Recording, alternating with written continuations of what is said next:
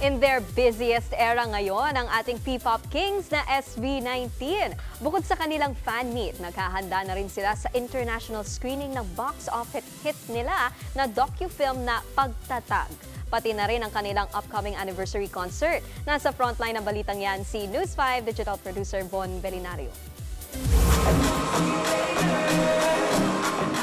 Hindi magkamayaw ang mga 18 sa hiyawan, kulitan at hatawan ng SB19 sa ginanap nilang fan meet event para sa ini-endorsong produkto sa isang mall sa Maynila. Ang event, timing pa sa birthday ng leader ng grupo na si Pablo. Ano nga ba ang birthday wish ni Pablo sa sarili at sa grupo? Gusto ko in good health lahat ng tao sa paligid nang sa ganon, sabay-sabay natin maabot yung pangarap natin. Abala ang Kings of P-pop sa kaliwat ka ng public engagements kabilang ng iba't ibang international screening ng box office hit nilang Pagtatag documentary.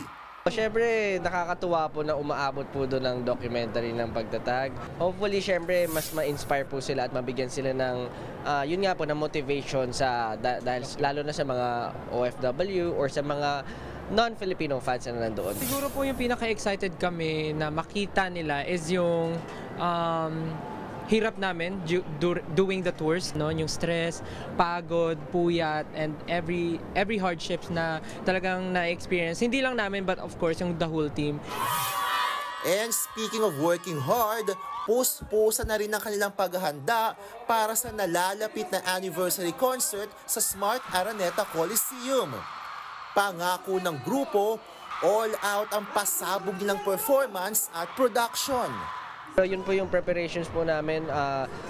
Parang hinog naman po na yung namin, yung mga ipa-perform namin at ihahanda. So, confident na po kami na matutuwa po at mabibigyan namin sila ng magandang performance.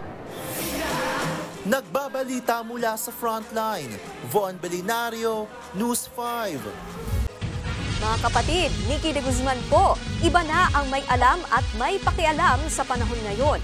Para sa tuloy-tuloy na balitaan sa Frontline kahit weekend, mag-follow at mag-subscribe sa social media pages ng News 5.